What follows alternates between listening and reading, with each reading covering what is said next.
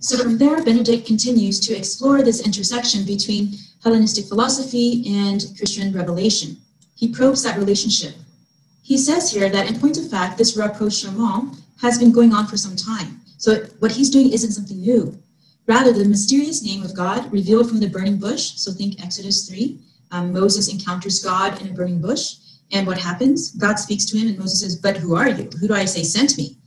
And God reveals himself. He gives his name, and his name is I am. Okay, so revealed from the burning bush, a name which separates this God from all other divinities with their many names and simply asserts being I am, already presents a challenge to the notion of myth. God revealing himself as I am says that everything that exists, everything that has being because it participates in his being. He is the one creator. There is no other name for God. He is I am, he alone. Okay? Now, in the post-apostolic days, we have Tertullian, who will also ask this same question, and he poses it in these terms. He asks, what has Athens to do with Jerusalem? Athens was the center of philosophical inquiry in Greek civilization. So what does philosophy have to do with, well, what's Jerusalem? It's the holy city. What does philosophy have to do with faith? What's the relationship here? This faith in this God who is I am. So what do the Greek gods, okay, think of Zeus and Helena or Athena, have to do with the God of Christian revelation? Okay.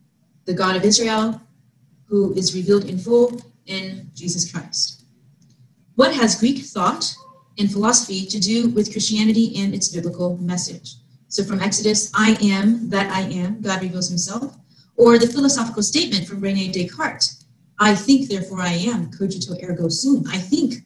It is this cogitating, this mind, this intellect that constitutes my being. Well, God, the Father, has spoken that in the burning bush when he said, I am. I am the grounds of all being. So what does Athens have to do with Jerusalem? Benedict wants to argue that this is the decisive encounter between Greek philosophy of ancient days and the biblical faith. Firstly, the faith of Israel, what we find in the Old Testament, and this intersection between Greek philosophy and revealed faith gives rise to Christianity. This is the harmony of faith and reason which Christianity professes. So despite the bitter conflict with those Hellenistic rulers who sought to accommodate it forcibly by the customs and idolatrous cults of the Greeks, biblical faith in the Hellenistic period encountered the best of Greek thought at a deep level. And this resulted in a mutual enrichment. And we see the fruit of this in the wisdom literature in the Old Testament. Today, we know that the Greek translation of the Old Testament produced at Alexandria, great city of learning, this Greek translation is a Septuagint. It is more than a simple translation of the Hebrew text. It is an independent textual witness and a distinct and important step in the history of revelation. The Septuagint is the New Testament. Septuagint is the word for 70. There were 72, as the legend has it, scholars who gathered to translate the Hebrew scriptures, and the Septuagint was produced. What are we saying here? The word of God, the full revelation of God in Jesus Christ that we find in the good news, the Evangelion, the Gospels, are given to us in Greek, in the Greek language. God's word, his own divine expression of himself, encounters and embraces the best of Hellenistic culture. That's phenomenal. Okay, that God would even speak to us blows our minds, but he speaks to us using or employing, embracing the human culture, the Greek culture, the height of Hellenistic civilization. So to the question of what has Athens to do with Jerusalem, we can appreciate profoundly Raphael's beautiful painting of the School of Athens, or the Athenian Academy. What you have here is his magnificent depiction of the confluence of religion, philosophy, and science. What is happening in this image? The idea here is that it's not about faith alone, but it's faith in reason, knowledge as a whole, human inquiry coming to full flourishing and in harmony. At the very center of the painting, we have two prominent figures. These are Plato and Aristotle, figures of Greek philosophy. Now, Plato, as you know, was an idealist. He was all about ideas and universals. And so you see him being depicted here by Raphael in purple and red, purple representing ether or air, and the red is fire, in contrast to Aristotle, who is dressed in blue and brown, the blue representing water and the brown earth. So there's more concreteness to the earth and to water. There's matter, there's weight, there's density there. They represent two different realms of thought and philosophizing. You see that Plato is pointing up. He's the one who writes the myth of the cave. Okay? And in his other hand, he's got a book. And if we looked closely, there's a title on the spine, and it's the Timaeus. So this is indeed Plato pointing to the sky. Versus, in contrast, Aristotle has his palm downwards. He's pointing towards the earth. Aristotle was not an idealist. He was a realist. He was about looking at the reality around us, the very real concrete created world and human interactions within that world. So we have logic, rhetoric, philosophy, action, history, mathematics, all these figures. They can all be identified. They're all in harmony. They're all interacting and sharing knowledge. That's the vision of the university. That's the vision of the convergence of Hellenistic civilization and Christian revelation, because this is a painting that was sponsored, commissioned by the Pope. Across from it is another beautiful image by Raphael, and that was the Great Disputation on the Eucharist. So you see these two, faith and reason, coming together. In the same way, the design of our campus is so beautiful, right? So we have reason represented by the library, facing on the other end of the academic mall. We have the Chapel of St. Basil, that is the representation of faith and reason coming into dialogue. If we move further down, we see that here he makes a transition, and now he will begin to put forth the meat of his argument. And he begins to make this observation. And we must acknowledge, we must take note that Benedict is not critiquing Islamic thinking or the Islamic view of God. That's not his point at all. He merely started with those quotations in order to bring himself or bring his argument to what he really wants to say. It's really a critique of Western tendencies. So he observes, first of all, that in the late Middle Ages, we find trends in theology that would sunder the synthesis, okay, the great human spirit and the Christian spirit coming together that produced the Greek New Testament, the Septuagint. That was being torn asunder in the late Middle Ages. Okay. How does this happen? It's Duns Scotus in these later developments who made the claim that we can only know God's voluntas ordinata. Voluntas is will, like voluntary will. Ordinata is order or what he ordains. Beyond this is the realm of God's freedom. Okay, so he's saying that we can only know what God has expressly willed, what he has said. Beyond what God wills is the realm of God's freedom, meaning he's free to will whatever, in virtue of which he could have done the opposite of everything he has actually done. God could contradict himself in Duns Scotus's perspective. He is not even bound to truth and goodness. This leads to the image of this capricious God. God can change his mind. He's all-powerful and he can do whatever he wants. Now, do you see how this is separating the philosophizing or the aspect of reason which we get from Greek philosophy and the aspect of faith, our image of God that we have from Revelation? It's separating them because it's casting God out of the realm of reason. God is not bound by reason. He can act unreasonably. He can be irrational because he's all-powerful and he's free to do whatever he wants. So Duns Scotus is guilty of voluntarism. It's the idea that we can only know God's voluntas ordinata. He in himself is a capricious God. He's not bound to any of the parameters of truth and goodness. Now, here's an example to help you think this through. Here's a question that was once posed to me by good thinking students using their minds. And the question is God powerful enough to create a rock so heavy that he couldn't lift the rock? Right? So the question is posed as asking about God's almighty power. Is he authoritative and powerful enough to create a rock? Okay. And this rock that he is supposed to create, if he's powerful enough to do so, is to be so heavy that he himself can't even lift it. Meaning that he himself did not have enough power to lift the rock that he was powerful enough to create. What do you think?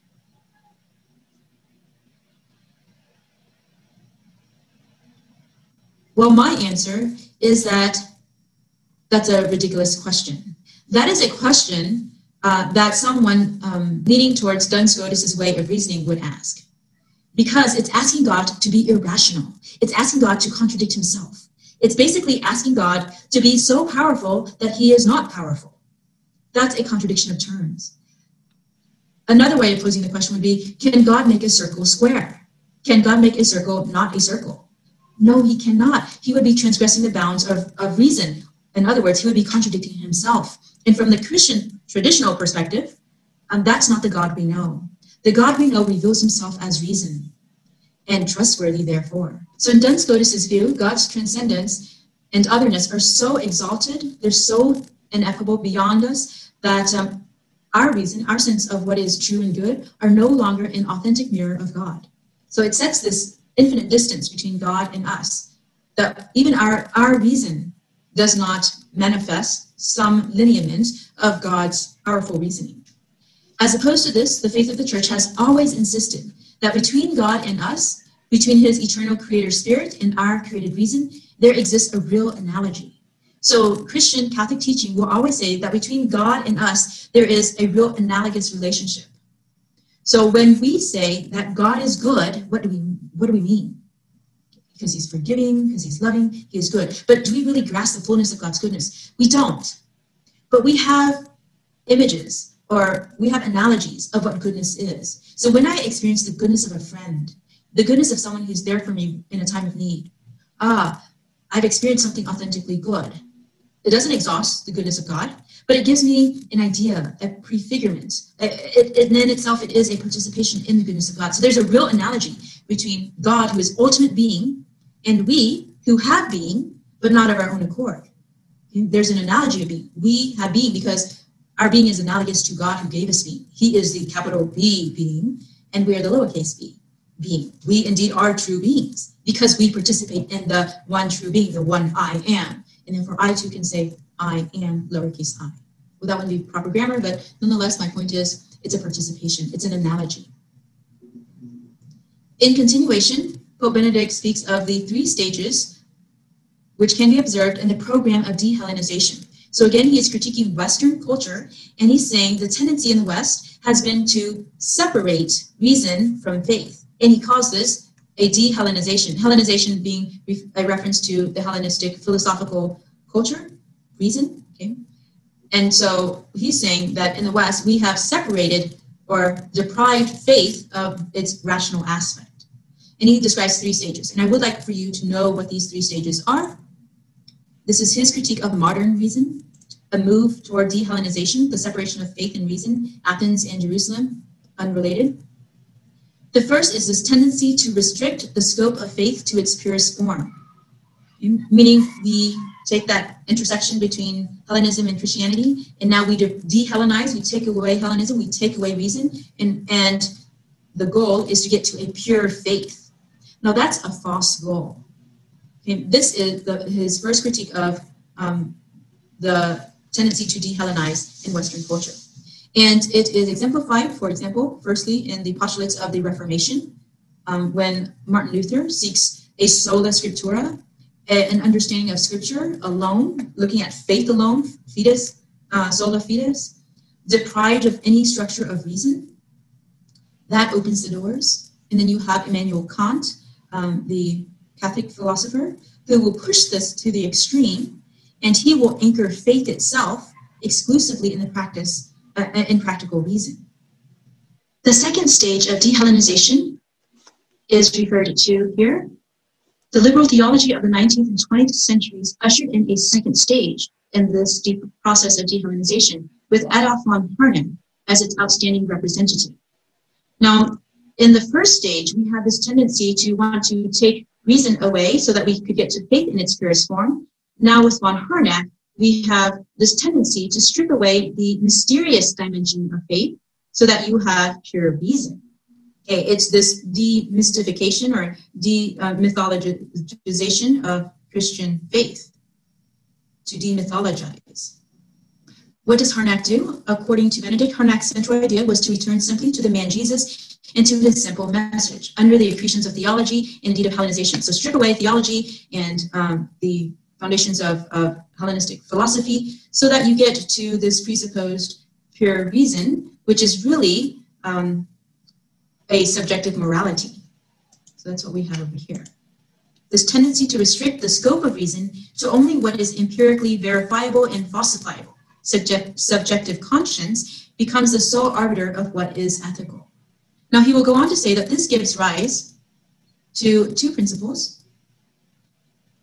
First, only the kind of certainty resulting from the interplay of mathematical and empirical elements can be considered scientific. So now suddenly we've destroyed our understanding of reason. We've restricted it. We've shrunken the scope of reason to simply what is mathematical and empirical.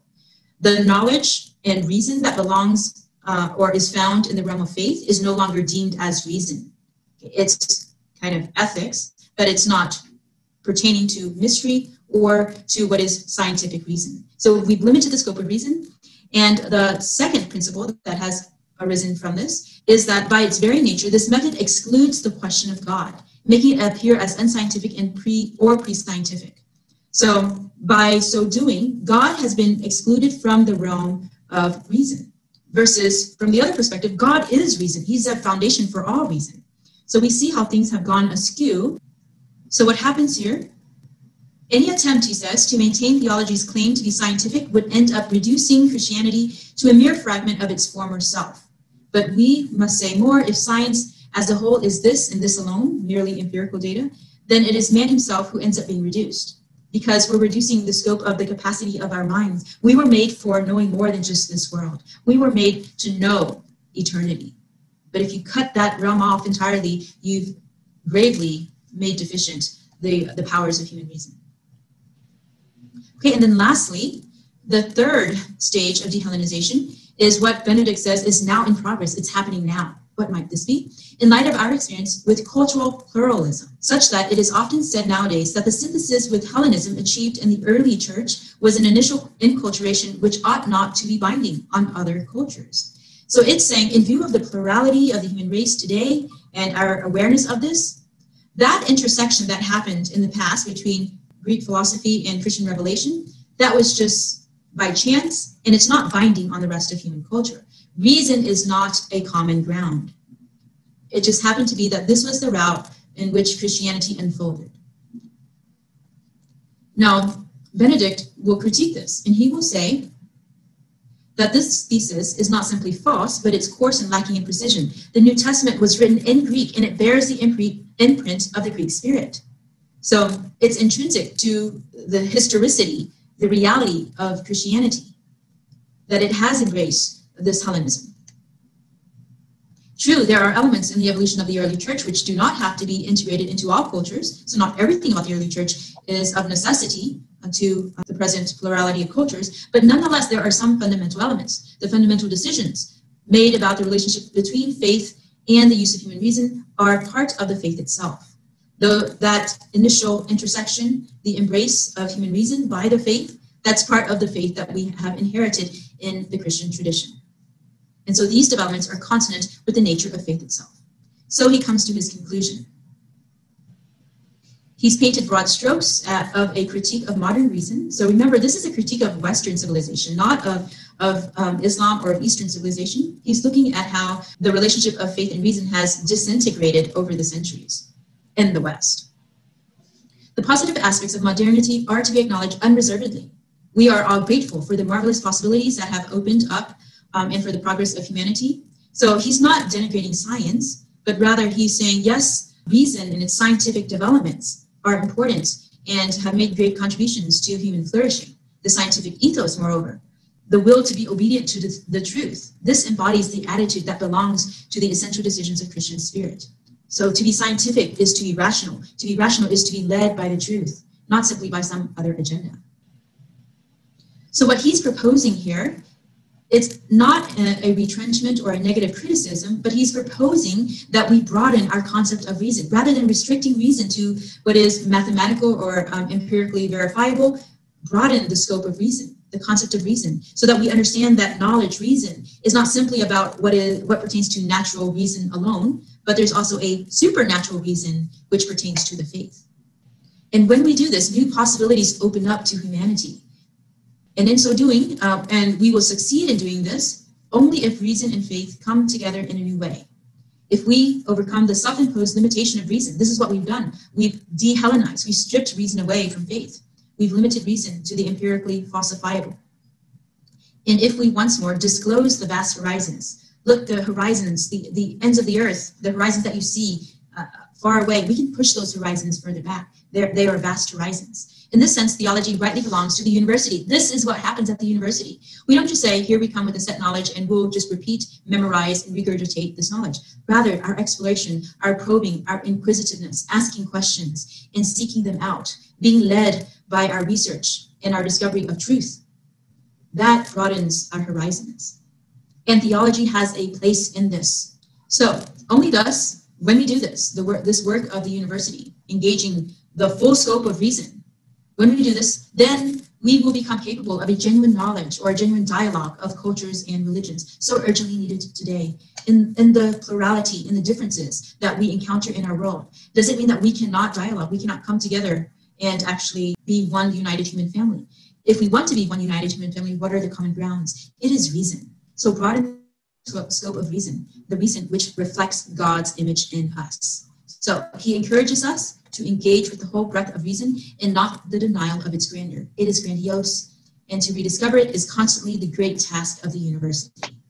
So what an amazing, incredible address. It gets to the heart of the Christian view of the role of the university in the harmony of faith and reason, not only today, but from the very beginning, from the Old Testament, the God who speaks, I am, and that intersection of the faith of Israel with Hellenism, with the foundations of reason, and that finding its full flourishing in this reason, this word who is made flesh in Jesus Christ.